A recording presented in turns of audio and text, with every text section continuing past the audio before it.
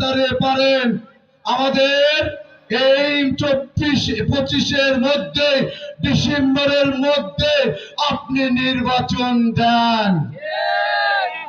আর যদি না দেন, এই বাংলাদেশের মানুষ কিন্তু 71-এ কিন্তু ওই লগি বইটা আর কি বললেন আপনি, লাঠি, 1.5 হাতের লাঠিলে কিন্তু বাংলাদেশ স্বাধীন করেছিল 71-এ।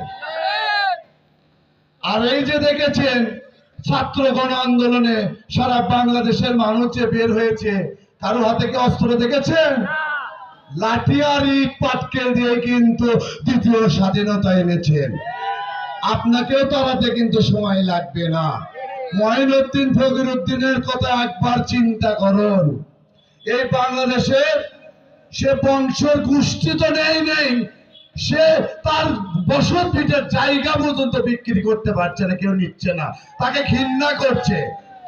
সময় থাকতে ডক্টর ইউনূসকে বলতে চাই, আপনি যত তাড়াতাড়ি পারেন ওই পায়তারা না করে এই 18 কোটি মানুষের দাবি পূরণ করেন এবং এই বাংলাদেশের তরুণদের মনের আশা পূর্ণ করে দেন।